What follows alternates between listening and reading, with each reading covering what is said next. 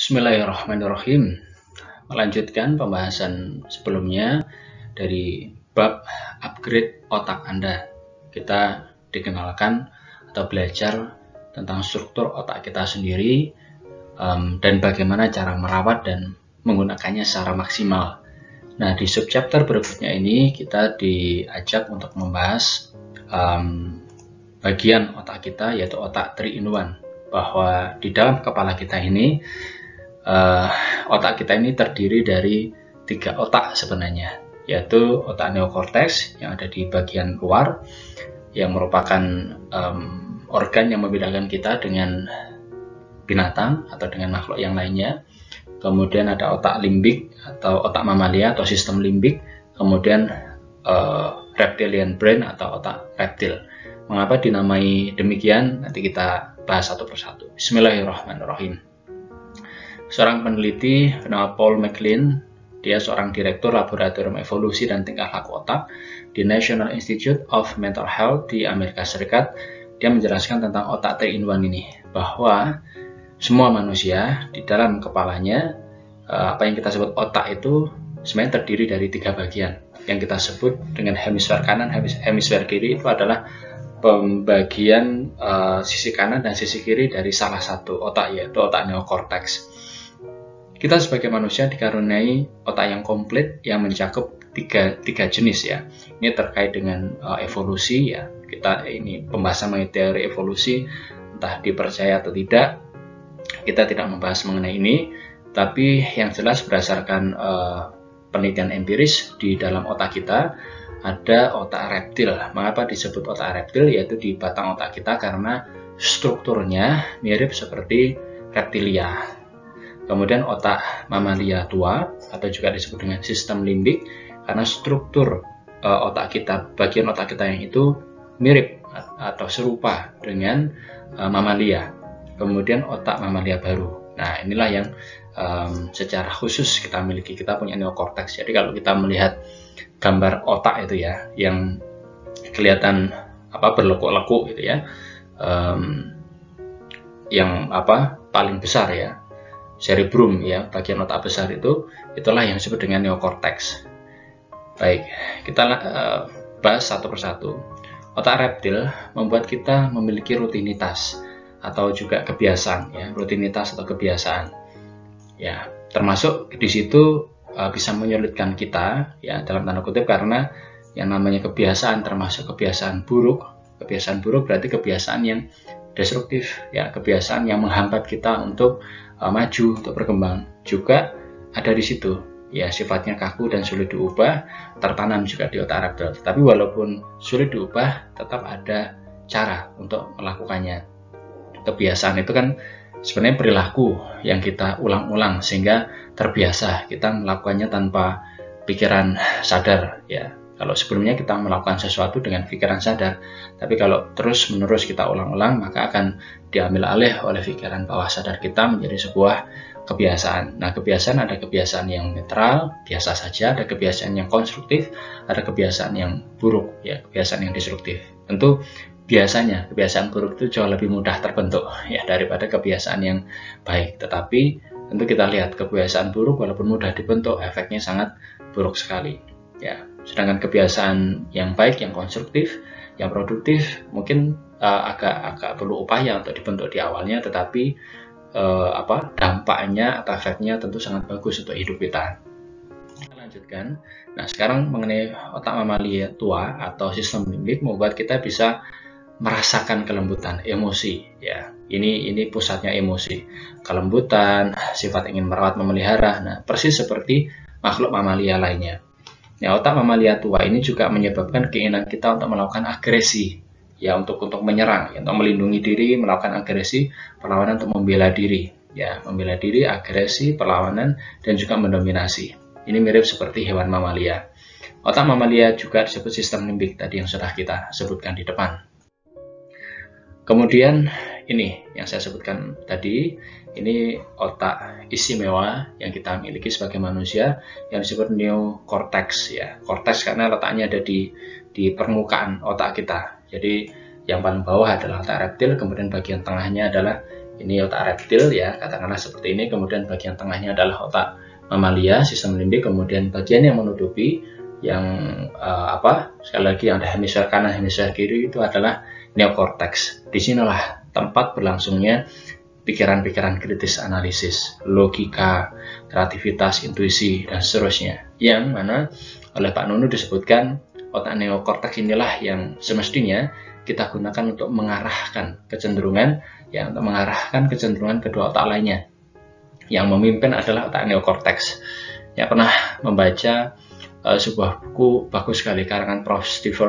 Stephen Peters kalau nggak salah namanya, judulnya The Chipmunk's Paradox. Ya, itu bagus sekali, sudah diterjemahkan ke bahasa Indonesia, diterbitkan oleh Gramedia.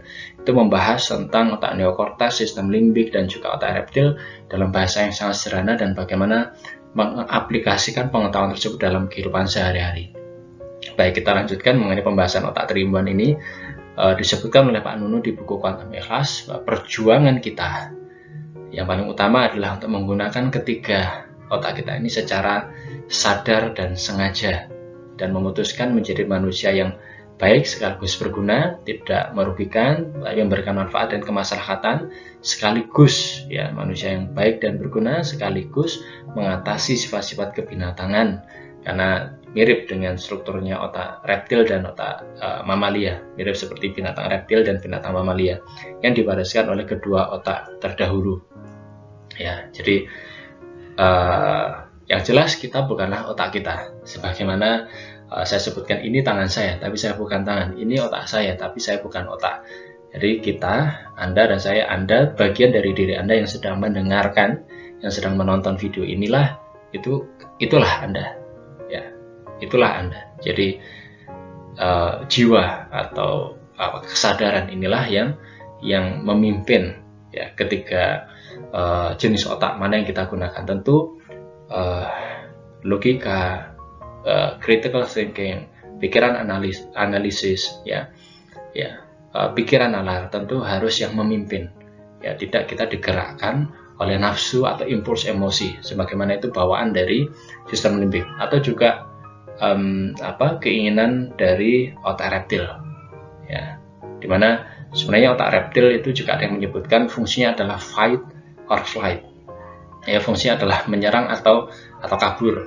Ya, ketika mendapati sesuatu yang membahayakan atau dipersepsikan membahayakan kelangsungan dirinya, baik kelangsungan secara fisik maupun harga diri, maka fungsi dari otak reptil ini bisa melakukan fight or flight. Ya, bisa menyerang baik dengan fisik maupun dengan kata-kata, ataupun melarikan diri. Ada satu lagi namanya freeze, ya, yaitu berdiam diri seolah-olah mati gitu ya, seperti hewan yang mati. Nah, nanti kita juga mungkin di pembahasan yang lainnya bahwa sebenarnya yang menentukan kita itu lebih menggunakan neokorteks kita atau otak reptil kita adalah sistem limbik. Ketika emosi kita tenang, emosi kita jernih, ya, maka fungsi yang bermain optimal dominan adalah neokorteks. Tapi saat kita didominasi oleh perasaan cemas, takut, ya, merasa terintimidasi, merasa terganggu, merasa nggak aman terutama, maka yang aktif adalah otak reptil kita, dan fungsinya itu tadi fight, flight, or freeze. Okay. Ada sebuah kutipan, ada yang menisbatkan ini kepada Rasulullah Muhammad SAW. Ya, ada juga yang mengatakan itu makalahnya para sahabat. Tapi terlepas apapun itu, ini kita lihat substansi yang utama adalah perjuangan atau perang terbesar kita adalah memimpin, ya, melawan atau memimpin, mengarahkan diri kita sendiri. Ya, di sini mudah-mudahan kita sudah semakin kenal ya diri kita sendiri, khususnya bahwa di dalam kepala kita, di antara kedua telinga kita ini ada organ yang namanya otak, dan otak terdiri dari 3 bagian. Ada otak reptilia, ada otak reptil, ada otak mamalia tua atau sistem limbik, dan otak neokorteks. Bagian berikutnya, Pak Nunu menyebutkan otak kita kalau tidak di-upgrade, ya kemungkinan besar akan mengalami downgrade. Maksudnya bagaimana? Proses perbaikan diri yang permanen ini menurut Pak R.B. Sentanu yang long lasting, ya, yang bertahan lama, menurut Pak R.B. Sentanu hanya bisa dilakukan kalau kita melakukannya langsung pada hardware-nya, yaitu pada otak. Ya, karena barangkali diyakini bahwa perubahan pada struktur otak itu akan membawa perubahan yang permanen. Ya, tapi sekali lagi tentu ini semuanya adalah teori, ya, yang mana perlu kita uji ya kebenarannya. Tapi secara pemahaman saya cenderung setuju bahwa memang otak kita itu di situ sumbernya perilaku kita, kebiasaan kita. Apabila kita bisa melakukan perubahan, khususnya pada sinapsis, ya, kebiasaan yang buruk itu sinapsisnya berhasil diputus, ya, kemudian membentuk jaringan struktur neuron yang baru untuk kebiasaan yang positif. Maka ketika terjadi perubahan itulah pasti akan terjadi perubahan yang long lasting gitu ya, yang cenderung permanen. Tapi itu perlu waktu, memang perlu proses, dan tidak mudah gitu. Karena kalau terlalu mudah barangkali juga nanti terlalu mudah juga berubah, ya. Padahal di dalam tubuh kita ada namanya sistem homeostasis, yaitu suatu sistem yang membuat kita bertahan pada kondisi kita saat ini. Oke, baik. Sementara itu kita lanjutkan. Tanpa upaya perbaikan pada hardware atau pada otak kita, menurut Pak R.B. Sentanu, perubahan yang kita upayakan untuk terjadi sifatnya hanya sementara, hanya parsial, kosmetis, sementara saja. Karena itu, teknologi kuantum ikhlas ini bertujuan untuk membantu kita supaya mudah bersikap ikhlas. Nah, saya mendefinisikan memahami yang dimaksud Pak Nundu dengan ikhlas ini adalah sikap berserah dan menerima. Berserah artinya yang sudah terjadi dan yang sudah terjadi dan yang akan terjadi sudah semua diserahkan kepada Yang Maha Mengatur, dan semua yang sedang terjadi saat ini diterima sebagai sesuatu yang sempurna sambil kita melakukan apa yang bisa kita lakukan. Insya Allah kalau kita konsisten, disiplin melakukan seperti itu, kita akan tenang. Karena yang sudah terjadi semua sudah ditentukan oleh Allah, sudah ditakdirkan oleh Tuhan. Semua yang akan terjadi juga sudah ditakdirkan oleh Tuhan.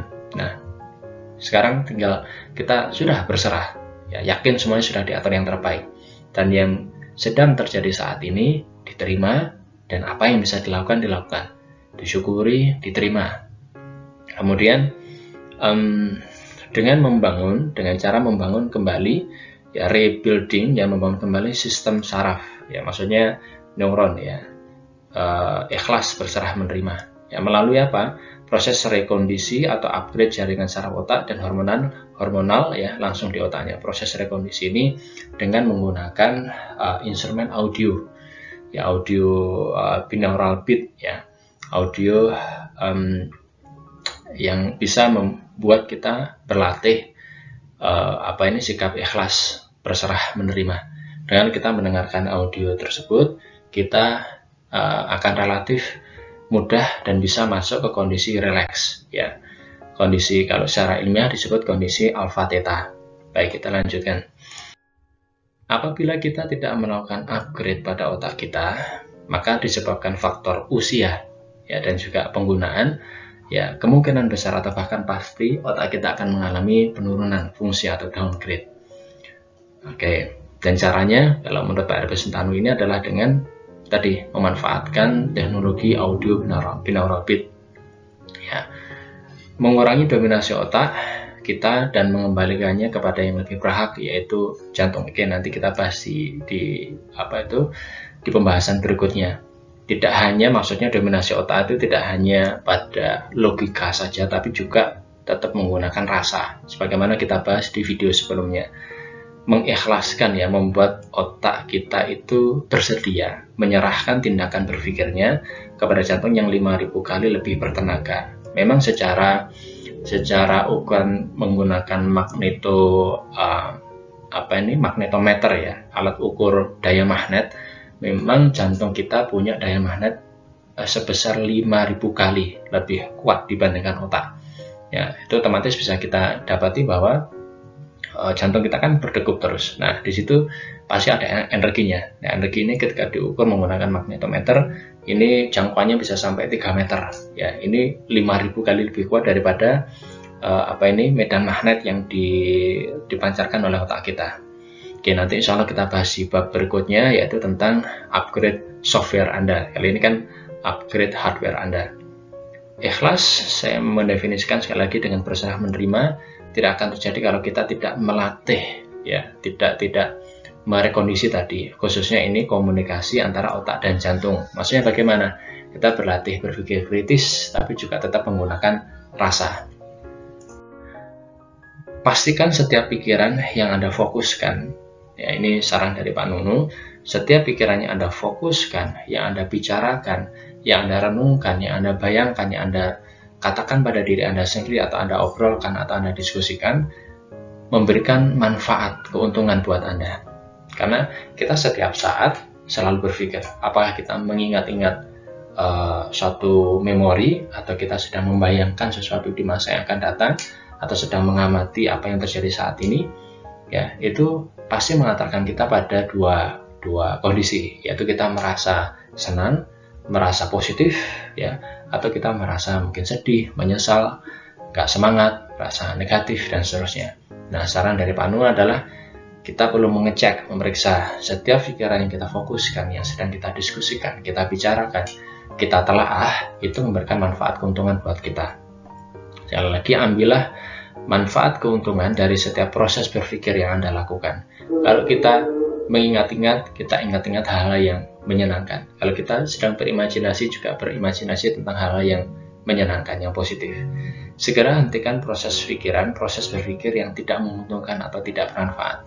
Mengingat-ingat sesuatu yang membuat merasa bersalah, menyesal, sedih, takut, kecewa, cemas, sebaiknya tidak.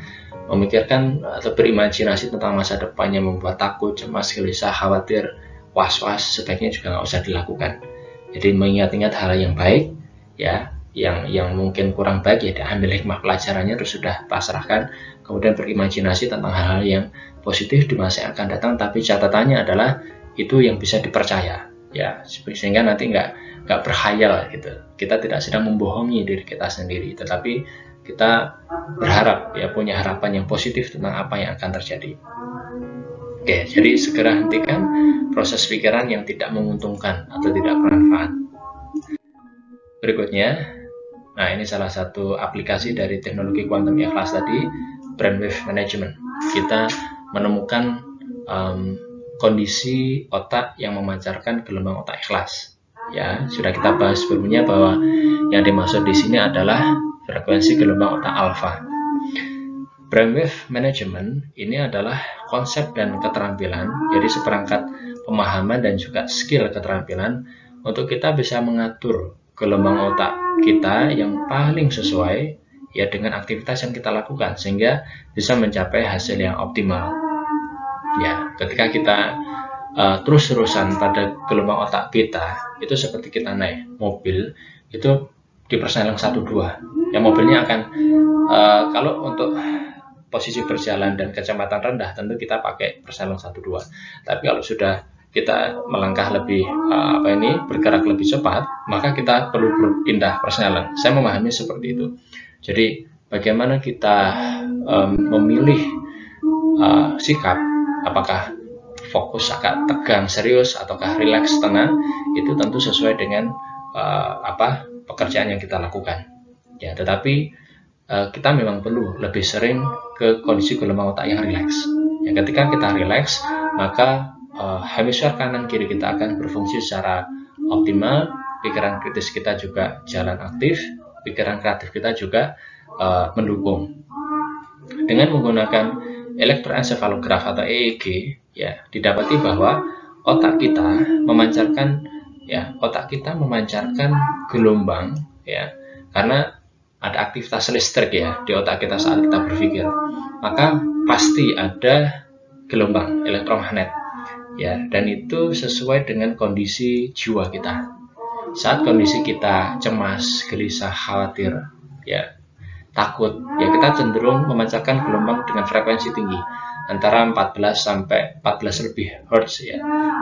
Jadi kecepatannya sangat tinggi lagi, sangat tinggi. Tapi ketika kita rileks, tenang, yakin, damai, berani, khusyuk, ya, berserah, ikhlas, bersyukur, maka kondisi gelombang kita akan stabil, rileks, itu di gelombang antara 4 sampai 12 Hz, yaitu gelombang otak theta dan alfa. Kemudian nih kita dikenalkan tentang 4 kategori gelombang otak. Mari kita telah satu-satu. Antara 4 sampai 100 Hz ini dinamai dengan gelombang otak beta. Ya, ini sebutannya. Ini ciri-cirinya adalah ketika kita aktif berpikir, ya, kognitif, analitis, logis, ya, fungsi dominan otak kiri, fokus konsentrasi, kita memilah-milah, ada prasangka-prasangka juga di situ, pikiran sadar aktif, ya. Terus saat kita aktif, ya, kemudian ketika pikiran cemas, was-was, khawatir, ada stres, ya. Tadi mode fight or flight tadi, menyerang atau lari, kemudian dis-ease, nggak nyaman, ya, atau dis-ease yang terus-menerus akan menjadi disease, akan menjadi penyakit. Kemudian hormon yang mendominasi otak kita adalah tubuh kita adalah kortisol dan norepinefrin. Oke, ini saat otak kita memancarkan 4 sampai 100 Hz, ya, dinamai gelombang otak beta. Kemudian saat otak kita memancarkan gelombang antara 8 sampai 13,9, jadi di bawah beta, ini namanya gelombang otak alfa. Nah, ciri-cirinya adalah saat kita rileks atau kita melakukan relaksasi, kita sedang melakukan meditasi atau meditative state, kita fokus, ya, sadar dan fokus alertness, kita pembelajaran cepat, super learning. Terus kemudian kita mengakses pikiran bawah sadar kita, ada perasaan nyaman, ada perasaan tenang, santai, ya. Saat kita rileks, istirahat, kita merasa puas, segar, bahagia, muncul hormon-hormon kebahagiaan, endorfin ini dan serotonin, ini hormon-hormon kebahagiaan. Kita lanjutkan. Kemudian frekuensi di bawahnya, di bawah alfa 4 sampai 7,9. Saya cek tadi. Oke, 4 sampai 7,9 ini adalah yang disebut gelombang otak theta, ya, sangat khusyuk, ya, deep meditation, ya, problem solving, mimpi, intuisi, nurani bawah sadar saat kita betul-betul ikhlas berserah, kemudian kreativitas, kemudian integratif, hening, ya, imajinatif. Yang diproduksi oleh otak kita adalah hormon katekolamin, kemudian arginin, vasopressin, ini peredam hormon stres. Ini saat gelombang otak kita berada di frekuensi 4 sampai 7,9 Hz di bawah gelombang otak alfa. Jadi alfa antara 8 sampai 13,9. Kemudian di bawah theta 0,1 sampai 3,9 ini gelombang otak kita sangat rendah sekali, frekuensinya rendah sekali. Ini disebut dengan delta, ya. Tidur lelap, ya, pules gitu, tanpa mimpi, non physical state, ya, artinya ya tidur pulas gitu, ya. Nurani bawah sadar kolektif, tidak ada pikiran dan perasaan, sejatinya ada pikiran-pikiran di situ, ya, pikiran-pikiran sel, ya. Kemudian cellular regeneration, perbaikan sel pada tubuh kita. Kemudian human growth hormone, hormon awet muda, ini yang membuat tubuh kita tidak cepat tua, ya, hormon awet muda sebutannya.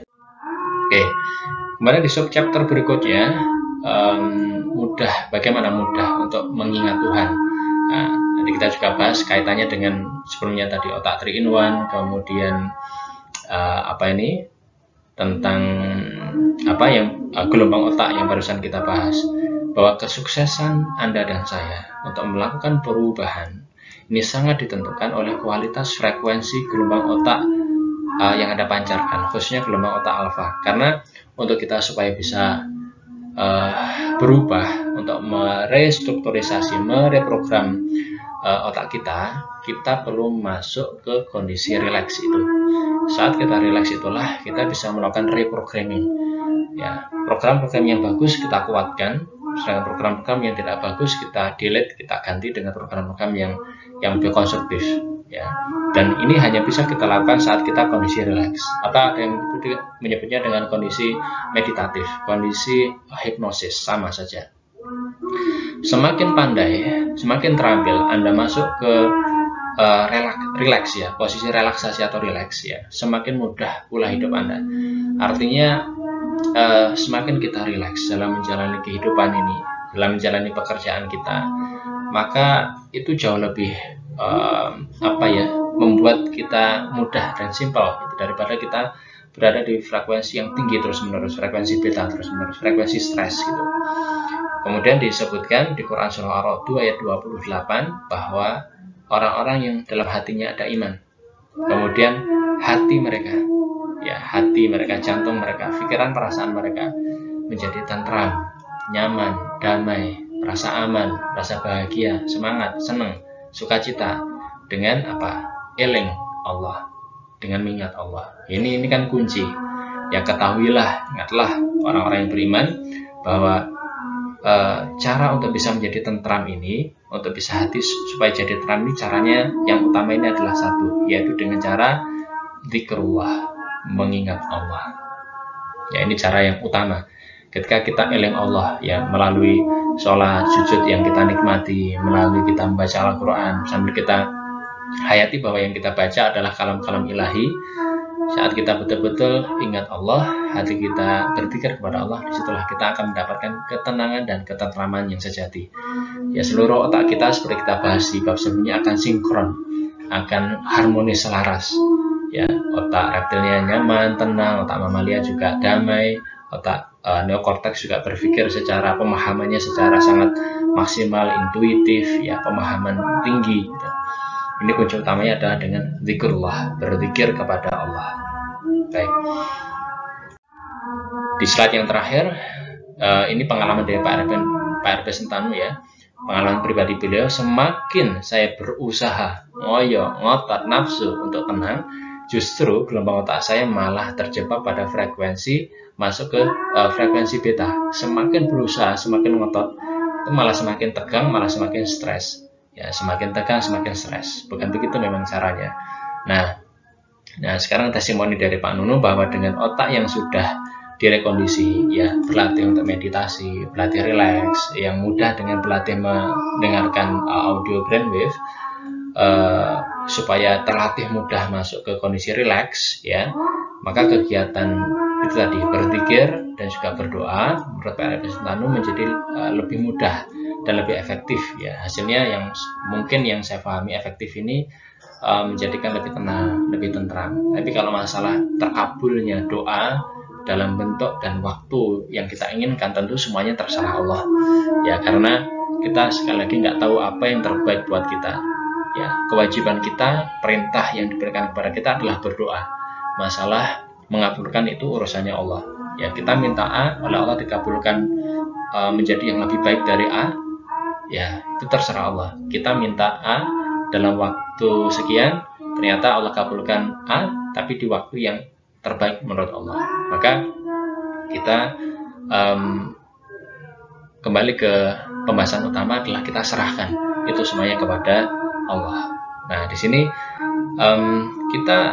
kalau kita lihat testimoni Pak Nunu saat beliau berlatih rileks, maka zikirnya menjadi lebih nyaman.